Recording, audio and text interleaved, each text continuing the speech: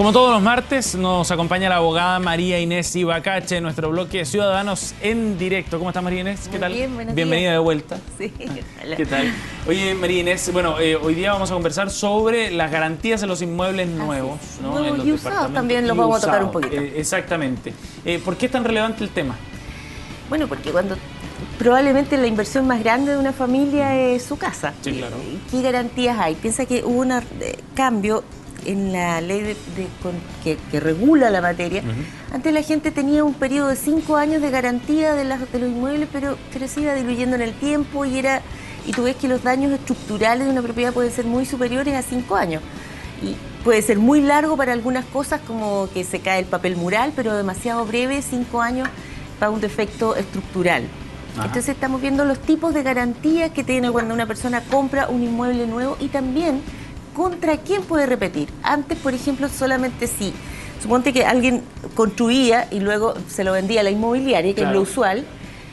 Cuando demandábamos a la inmobiliaria decía, no, lo siento, yo no construí esto, demandé a la constructora. Y la constructora decía, no, fue un defecto de Juanito.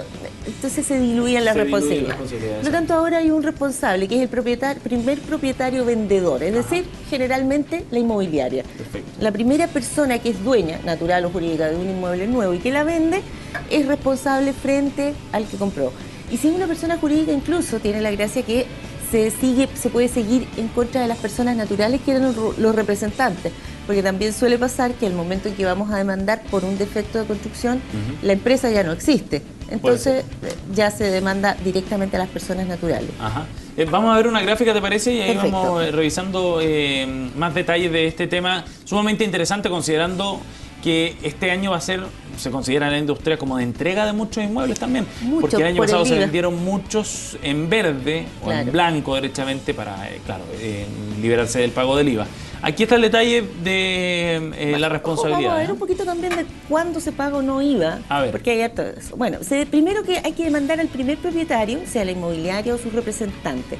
O sea, no es necesario perseguir a quién fue el que construyó la empresa. No, la persona que me lo vendió a mí como primer vendedor, a esa persona tengo que demandar. Perfecto. Y además, dentro de la primera escritura van a aparecer todas las personas naturales que son responsables, los constructores, los calculistas, todas las personas que eventualmente puedan ser responsables.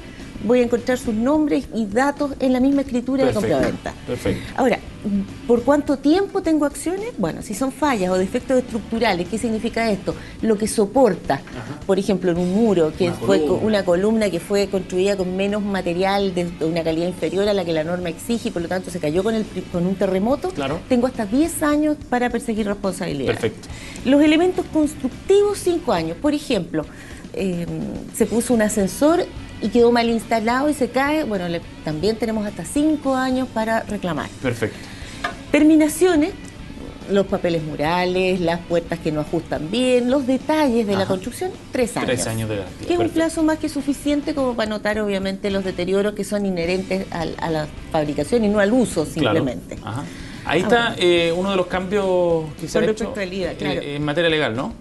Sí, perfecto. Si los permisos municipales son anteriores al 25 de agosto del 2005, eso hay que tenerlo en cuenta, no existe no se aplica esta ley, sino que rige lo anterior, que eran los 5 años en general. Ahora, obviamente ya del 2005 a esta fecha todas las viviendas nuevas no hay en stock, digamos, entonces lo más probable es que ninguno se vea afectado. Claro.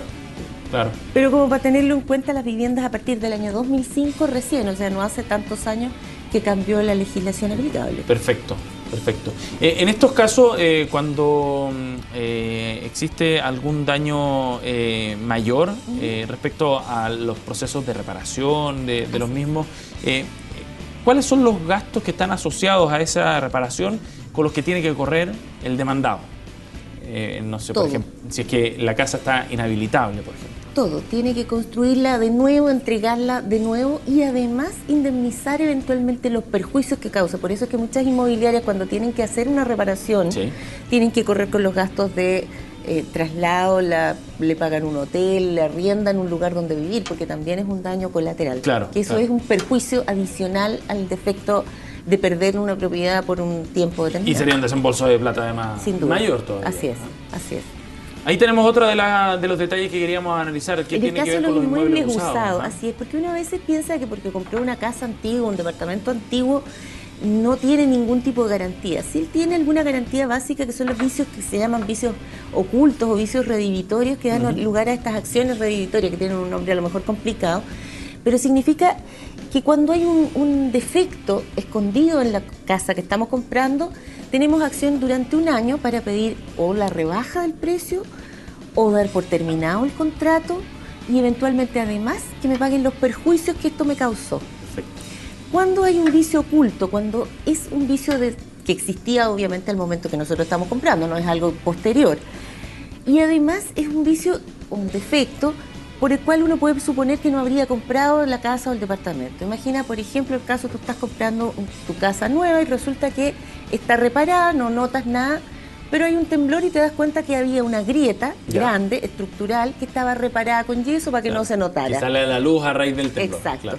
O que simplemente estás haciendo un cambio de pared y te das cuenta que existe este defecto que es grave y que puede significar la pérdida de tu casa. Por lo tanto, tú ahí, en ese caso, durante el primer año, cuentas con estas acciones que son acciones civiles, que se presentan en un tribunal, un juicio bastante largo, pero generalmente como la inversión de una casa es como ya habíamos visto, la mayor inversión que realiza una familia, siempre se justifica. Ahí da derecho, dice, a resolver la compraventa, rebajar el precio e indemnizar. A todas esas cosas juntas. Así es. La indemnización solamente va a proceder cuando te ocultaron el vicio, o sea, el defecto a sabienda. Okay. No es lo mismo un vendedor que tapó la grieta que aquel que simplemente no notó que en los cimientos había algún defecto que nunca supo. Que debajo del piso flotante, que sí, claro, eso es lo que no estaba a simple vista y no estaba en conocimiento. Perfecto. En el caso de los inmuebles arrendados, eso también es importante tenerlo en cuenta, que los defectos mayores, por ejemplo, si es cambiar la gomita de la llave, la mantención, es de cargo del arrendatario normalmente. Sin embargo, los daños mayores, se rompió una cañería, hay que pagar las contribuciones, son de cargo del arrendador. Incluso, por ejemplo, lo que se paga de gastos comunes, normalmente lo paga el arrendatario. Pero hay una cuota que se paga de fondo de reserva o por arreglar la fachada. Todo lo que son gastos extraordinarios deberían corresponderle al arrendador, salvo que se hubiera pactado algo diferente. Y eso puede quedar estipulado en el contrato. Así es, pero si no se dice, es de cargo del arrendador. Perfecto. Por lo tanto, el arrendatario en rigor debería descontar la parte que es adicional, sean los seguros, sean las reparaciones extraordinarias que se hagan dentro de un condominio, por ejemplo. Perfecto. Vamos a la siguiente gráfica para ver otro de los puntos. Tiene que ver con los condominios cuando hay propiedades comunes. Así es.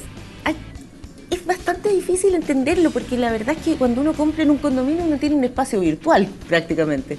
María Inés, te voy a interrumpir un segundo. Bueno, y acá en el estudio estábamos conversando con la abogada María Inés Ibacache, en nuestro bloque Ciudadanos en Directo, sobre los contratos, las garantías asociadas a los arriendos o compras de inmuebles, y nos quedamos con un punto pendiente para cerrar el tema que tiene que ver con los condominios, exactamente, cuando hay propiedad común. Allí hay solamente los espacios que son propios de cada copropietario. Es más claro cuando son estos condominios de casas, por ejemplo.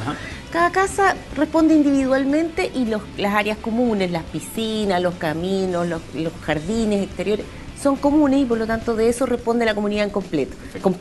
Sin embargo, en el caso de los departamentos es un poquitito más difícil de apreciar, porque si bien uno es dueño de un espacio casi virtual al interior del departamento, todo lo que son muros, los muros exteriores son comunes. El techo también es exterior. Por ejemplo, la persona que vive en el último piso y se llueve, no puede arreglarlo por sí mismo, tiene que arreglarlo la copropiedad a costo de la copropiedad. Así es. Perfecto. María Inés, muchísimas gracias por haber venido hoy día. Que esté muy bien, buen día. Igual, buenos días.